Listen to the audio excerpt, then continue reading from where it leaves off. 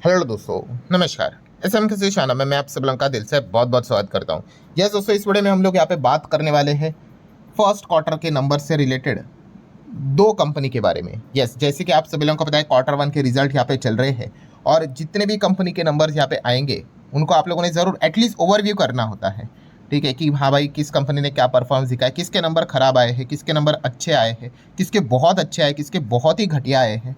And सबसे important चीज़ क्या होती है दोस्तों, बार बार मैंने आप लोगों को सिखाया है कि जब भी एक क्वार्टर के नंबर सामने आते हैं ना, यस, बहुत सारे नई कंपनीज के बारे में जानने का मौका मिलता है, नए बिजनेसेस को जानने का मौका मिलता है।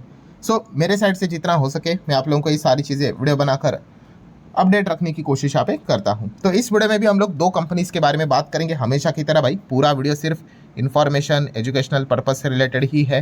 ठीक है, ऐसे बहुत सारे वीडियोस आते रहेंगे। यस्टरडे भी हम लोगों ने बनाए थे, आज भी बनाए हैं, कल भी बनाएंगे। एंड ये जो कंपनियां हैं दोस्तों, ये एक स्मॉल कैप टाइप की कंपनियां हैं, मतलब छोटी कंपनियां हैं। तो स्टार्ट करेंगे दोस्तों। दो कंपनी जैसे मैंने आपको बताया, तो पहली जो कंपनी है उसका नाम क्या है? स्टील स्ट्रिप व्हील्स लिमिटेड, इसको शॉर्ट फॉर्म में SSWL इस नाम से जाना जाता है। बहुत कुछ जानने की कोशिश करेंगे ये कंपनी करती क्या है, पर सबसे पहले कंपनी के नंबर के बारे में बात करेंगे। नंबर ड्यूरिंग द मार्केट ही आए, उसके बाद आप देख सकते हो मार्केट का एक क्विक रिएक्शन रहता है, बहुत ही ऊपर चला गया, फिर उसके बाद प्रॉफिट बुकिंग होता है, इंट्राडे वाले प्रॉफिट बुक भी कर लेते हैं। हम नंबर्स को जानने की कोशिश करेंगे, ऊपर ऊपर से ओवरव्यू ही करेंगे। ठीक है, नंबर को एक्चुअल में पढ़ना प्रॉपर तरीके से भाई काफ़ी घंटे घंटे का टाइम होता है, बट हम ओवरव्यू यहाँ पे कर लेंगे, मेजर पॉइंट। तो कंपनी की कमाई देख लो, 1187 करोड़ थी, बट कब की? पिछले साल की, 2025 क्वार्टर वन का डेटा है। इस क्वार्टर वन में ये 1187 की कमाई कितनी हो गई? 1510 करोड़ हो गई। तो क्लियर कट ईयरली जंप है। क्वार्टरली अगर देखा गया 3 महीने पहले ये 1475 करोड़ की कमाई थी, ये कितनी हो गई? 1500। मतलब क्वार्टरली ईयरली हमें जंप देखने को यहाँ पे मिल रही है, किसमें? कमाई में। तो कमाई के बाद आप सभी लोगों को पता ही है खर्चे यहाँ पे हटाने पड़ते हैं, तो ये बेसिक खर्चे भी यहाँ पे हटाए हैं। उसके बाद 122, 149, 162 का प्रॉफिट हमें नजर आ रहा है, बट ये भी कोई फाइनल प्रॉफिट नहीं, क्योंकि इसके बाद भी बहुत सारे एडजस्टमेंट रहते हैं, टैक्स देना पड़ता है। तो अब आ जाते हैं फाइनल प्रॉफिट की ओर। तो फाइनल प्रॉफिट था एक साल पहले 50 करोड़, और इस वक्त ये प्रॉफिट हो चुका है बढ़कर 72 करोड़। 3 महीने पहले ये प्रॉफिट था 64 करोड़, एंड अभी कितना हो गया? 72 करोड़।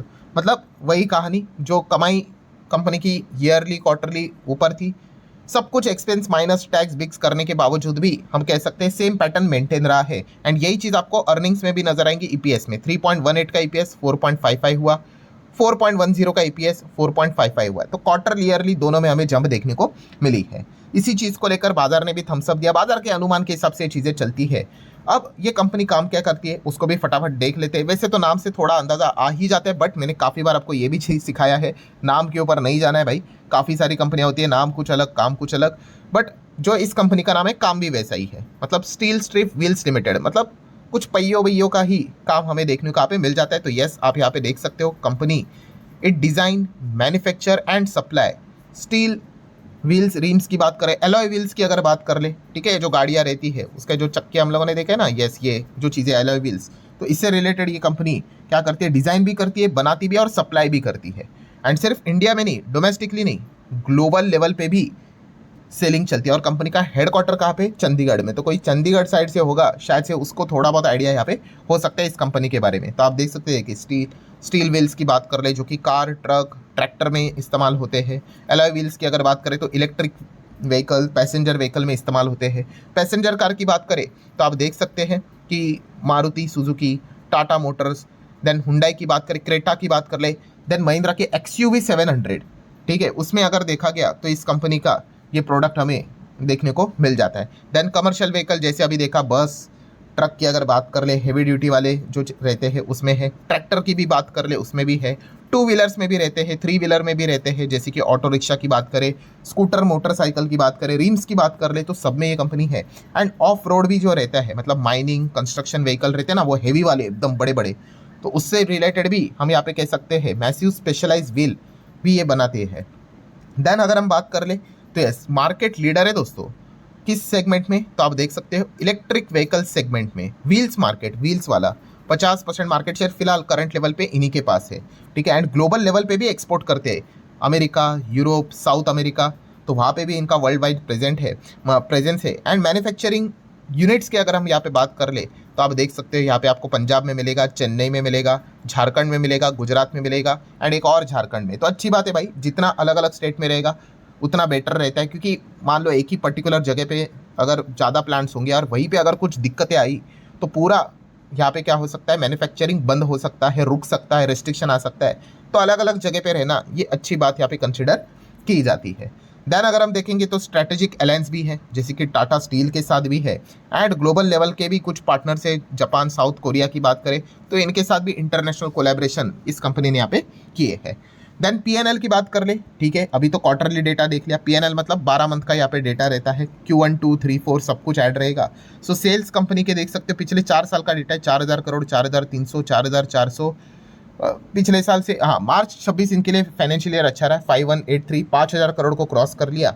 एंड प्रॉफिट की क्या बात है, नेट प्रॉफिट 194, 220, 210, 202, मतलब अभी भी हम कह सकते हैं कि प्रॉफिट के मामले में मतलब अर्निंग्स में चीज़ें दिख जाएगी, 12, 14, 13, 12, मतलब 12, 13, 12 उसी रेंज में कंपनी फिलहाल तो यहाँ पे फंसी हुई है पिछले 3 से 4 साल में, ठीक है। तो कोशिश चल रही है, ठीक है। एंड इससे बाहर निकलने तो क्या करना पड़ेगा, यस बड़ा कॉन्ट्रैक्ट मिलना चाहिए भाई, बड़ा कॉन्ट्रैक्ट आएगा, बड़ा पैसा कमाएंगे, ठीक है। तो ऑटोमेटिकली कंपनी का रेवेन्यू सुधरेगा, प्रॉफिट सुधरेगा, अर्निंग सुधरेंगे, 12 क्या 13, 14, 15, 16 होगा, तो ऑटोमेटिकली वो रेंज से वो कंपनी बाहर निकल जाएगी। शेयर होल्डिंग पैटर्न की बात कर ले तो आप यहाँ पे देख सकते हो 60% ज़्यादा प्रमोटर के पास है, FIS 8.8%, DIS 5% एंड पब्लिक 25.5% की होल्डिंग नज़र आ रही है। एंड कितना स्टेक गिरवी है प्रमोटर का, तो कोई भी स्टेक गिरवी यहाँ पे नहीं है। सो ठीक है दोस्तों, ये पहली कंपनी थी SSWL, ये इसका शॉर्ट फॉर्म नाम हमें देखने को मिल जाता है। कंपनी ने नंबर दिखाए हैं, नंबर ड्यूरिंग द मार्केट ही आए हैं, मार्केट मतलब न्यूमेरिकली भी अगर देखें तो अच्छे दिखे एंड बाजार ने भी इसको थम्स अप यहाँ पे दिया है, तो इस चीज़ को आप नोट करके चल सकते हो। चले आ जाते सेकंड कंपनी की ओर, एंड सेकंड कंपनी है, ठीक है, पहले ही बता देना चाहता हूँ एकदम जल्दबाजी मत करना। जल्दबाजी मतलब कुछ लोगों का आदत होती है, नाम देख लिया, अच्छा फेडरल बैंक की बात करें, चलो वीडियो बंद, ऐसा मत करना भाई, यहाँ पे फेडरल बैंक की बात नहीं होने वाली है, ठीक है। यही जो जल्दबाजी होती है ना, बहुत सारे लोगों को ले डूबती है, हाफ इन्फॉर्मेशन लेकर चलते हैं, ठीक है। मैंने तो वीडियो पूरा बनाया है, बट यही ऊपर ऊपर से देखते हैं और सोचते हैं अरे फेडरल बैंक की बात हो रही है, नहीं भाई, फेडरल बैंक के नंबर किधर आए हैं, ठीक है। यही इसी से रिलेटेड एक और पॉइंट बताना चाहूँगा। अभी मैंने कुछ दिन पहले, 5 दिन पहले एक वीडियो भी बनाया था, आपको याद होगा कि सरकार ने टैक्स हटाया था एक पर्टिकुलर सेगमेंट को लेकर, मतलब बाहर से जो चीज़ें इंडिया में यहाँ पे आती है। तो काफ़ी लोगों ने कमेंट सेक्शन में भी लिखा था, सर आपने जो ये टॉपिक कवर किया है उससे रिलेटेड कौन सी कंपनीज़ है जिनको बेनिफिट मिलेगा, उसके बारे में बताओ। भाई उसी वीडियो में मैंने उस सारी चीज़ें कवर की थी, उसी वीडियो में है, ठीक है। मतलब क्या है, यस एकदम जल्दबाजी, एंड मतलब फिर बाद में कहते हैं कि हम इन्वेस्टर है, ठीक है। 2 मिनट 5 मिनट तक टिक नहीं पाते हैं, ठीक है। तो कैसे लंबे मतलब 2 साल 5 साल 10 साल तक टिक पाएंगे, गॉड नोज। सो बताने का पॉइंट यहाँ पे क्या है, ठीक है, कि अगर आप कोई भी चीज़ करते हो, किसी का भी वीडियोस देखते हो भाई, अगर एजुकेशन वाला पॉइंट है तो उसका पूरा देख लेना, ठीक है, टाइम पास करने के लिए मत देख लेना, ठीक है। तो यहाँ पे फेडरल बैंक की बात नहीं होने वाली है, फेडरल बैंक की जो सब्सिडरी है Fed Bank Financial Services Limited, उसके नंबर्स की बात होने वाली है। यस, ये जो बात मैंने की ना, Fed Bank Financial Services is a subsidiary of Federal Bank. Subsidiary मतलब यस 50% से ज़्यादा के जो शेयर्स है किसके पास रहेंगे, फेडरल बैंक के पास रहेंगे। अब नाम से ही पता चल जाता है ये एक NBFC टाइप है, gold loan, home loan, loan against property, business loan, इसमें ये कंपनी हमें काम करते हुए देखने को मिल जाती है। सो इसके भी नंबर्स हमारे सामने यहाँ पे आए हैं, ठीक है। इसके बिजनेस के बारे में ज़्यादा बताने की जरूरत नहीं, तो कमाई देख लो 517 करोड़, 616 करोड़ एंड अब 670 करोड़। तो क्वार्टरली जंप, ईयरली भी जंप है। देन खर्चे बिर्चे सब कुछ यहाँ पे माइनस करने के बाद फाइनल जो प्रॉफिट आ जाता है वो कितना है, 75 करोड़। तो 75 करोड़ कितना हो गया, 114 करोड़। और 3 महीने पहले था ये 101 करोड़, ये कितना हो गया, 114 करोड़। मतलब क्वार्टरली ईयरली कमाई भी अच्छी, प्रॉफिट भी अच्छा, बट है तो एक फाइनेंस सेगमेंट वाली कंपनी। तो अब यहाँ पे हमें क्या देखना है, NPA। यस, NPA का डेटा अगर देखा गया तो यहाँ पे अभी तक अपडेट नहीं हुआ है, ठीक है, बाद में अपडेट हो जाएगा, कोई बात नहीं। हम यहाँ पे ओरिजिनल कंपनी का डेटा ओपन करके ही NPA को देख लेंगे। NPA का कम होना अच्छी बात होती है कि बुरी बात होती है, अच्छी बात होती है। सो आप यहाँ पे देख सकते हो कंपनी का GNPA, ग्रॉस NPA, ठीक है, लास्ट टाइम कितना था, 1.87 था, ठीक है। 3 महीने पहले 1.99 था, ठीक है। एंड अभी कितना हो गया है, 1.55। मतलब आप देख सकते हो 1.87, 1.55, 1.99, 1.55। तो भाई अच्छी बात है, NPA कम हुआ है, ठीक है। NPA कम होना ये भविष्य में आपके प्रॉफिट को और अच्छा कर देता है। एंड नेट एनपीए भी देख सकते हैं, तो एडजस्टमेंट के हिसाब से रहता है, बट फिर भी इसके पहले देखो 1.28, 1.24, अब तो ये 1 के भी नीचे आ गया, 0.96।